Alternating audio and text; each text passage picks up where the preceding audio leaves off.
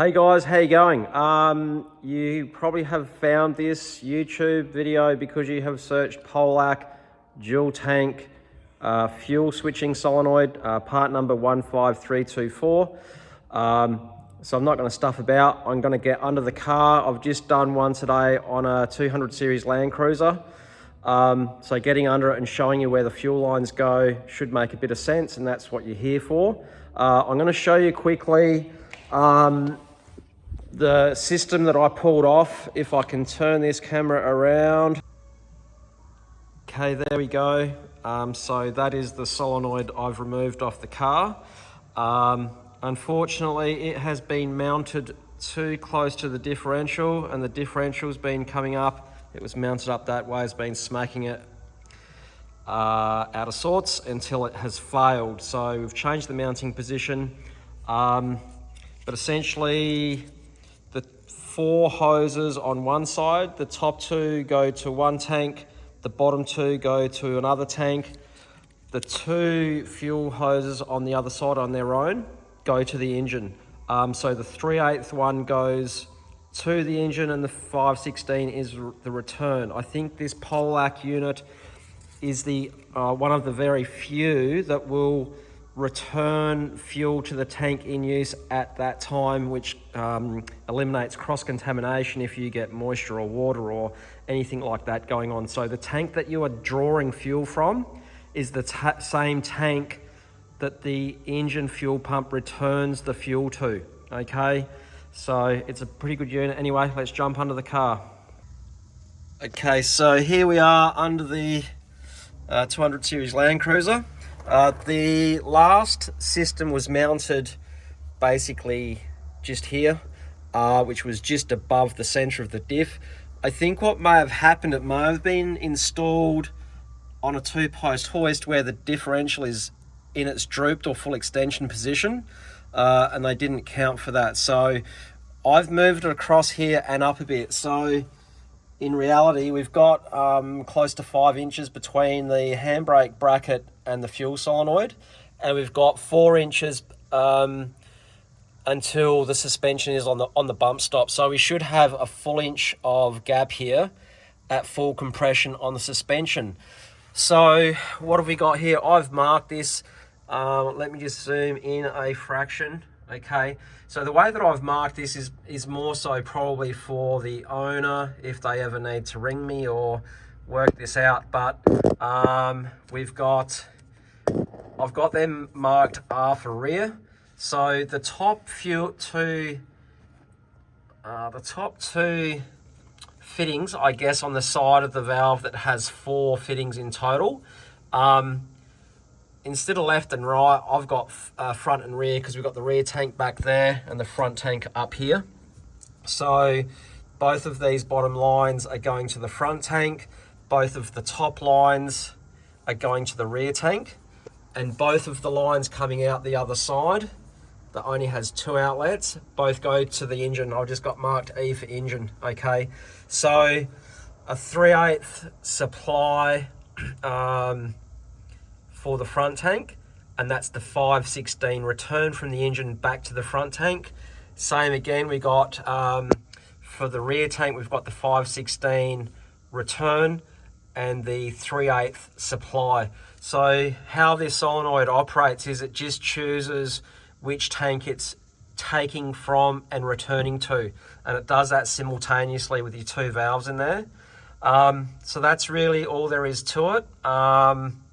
Not rocket science. It's quite hard to find info on these solenoids online. The diagrams aren't great. If that's all you need, you can stop watching. I'm going to show you what I do for protection of this unit. Rather than doing a metal shield, I do a rubber shield, and just how I tie in. If I can get in here, if there's enough light, how I neaten up and run these rubber tubes or a bit of rubber hose between our lines to keep all the hose clamps away from each other and to stop rub throughs and that type of thing. So I'm going to do a bit of a demo on how I do that. It's pretty simple, but I'm going to show you one because we need to stick one in there just to finish that up. And then I'm going to show you what I do with the insertion rubber to protect this from any stones that might bounce along under the car, and yeah, stop from smashing that off, or cracking it. So anyway, I'll change angles and get into it. Okay guys, here we go. This is going to be quite difficult because it's trying to get the tripod set up under here has been a bit of a mission. I use some of these hose cutters here. They give us a nice clean cut. That's still a bit long. I'm just going to trim a little bit more off that. There we go. So all we do here, this is pretty simple, is I run the zip tie up through there. I go around the first hose.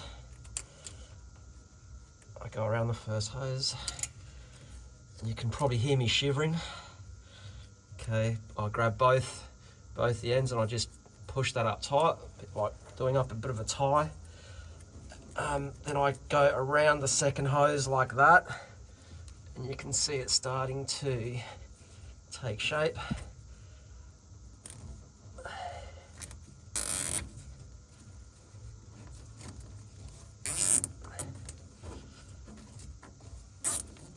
There we go. That's all there is to it. Okay, so that just gets, if I can zoom in there, there we go.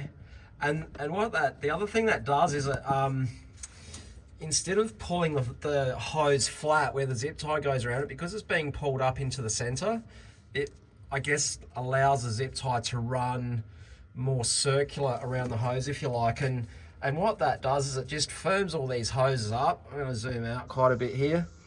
And stops them from rubbing on each other and chafing through. I've got this one. I'm gonna have to pull the camera out of here. Okay, so what I've done is I've got the hoses sort of following the contour of the shape of the diff almost, so that I've got a full, basically 5 inches of clearance at any given point. I've got, you can see, more bits of hose in here, some more spaces up here, just to stop these clamps rubbing on other bits. Up here I've done a double one. I've got a much stronger zip tie going around the top shock mount, going through one tube around the first hose, and then another bit of rubber hose, just to help mount all these, I guess, nice and firm. Yeah, just a bit of attention to detail. Now I am going to show you what I use to cover that up. I'm just going to stop this while I readjust. Okay guys, so we're set up again. I'm panned back a bit to give you a little bit of an idea on the positioning of everything. We've got a bit of insertion rubber here, and it's about, it's close to 10 mil thick. It's probably about 8 mil thick. And all I'm going to do with this is basically place it up here. Okay, you can make all sorts of metal or tin covers. The beauty of the rubber is it will flex. If the diff does happen to touch it, it will just flex it. If a rock hits it, it's going to disperse the impact. If you've got a steel or a tin shield on there, there's every chance that if a big enough rock bounces along under the car off the front tyres or front axle, it's going to hit a tin cover, which is going to hit the solenoid and break it anyway. Have a think about it. Our mud flaps have made of rubber and they last decades, and they're just being pounded by rocks all day. So I will zip this in situ. I'm going to try and do it while the camera rolls, but I don't know how we're going to go. We've hit the tripod already. Let's go. That might work. Oh, I'm so cold. It's ridiculous. I'm kind of working out on the apron of the workshop because this thing's been leaking diesel on me for the best part of 4 or 5 hours. So come on guys, get that in there. Oh, I'm not having much fun here, but we're nearly there. I know this is painful. It's painful for me too. Okay, wrap that around there. I've just drilled a couple of holes in that bit of rubber. I mean, you could use a bit of old conveyor belt if you wanted to. All right, so I'm going to pull.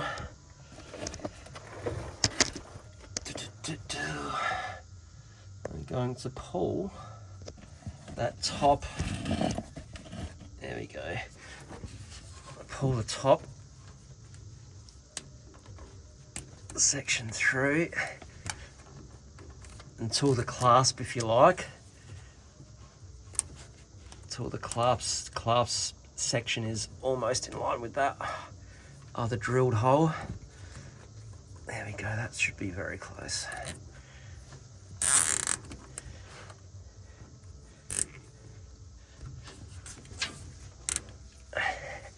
I'm going to do that up nice and tight. There we go.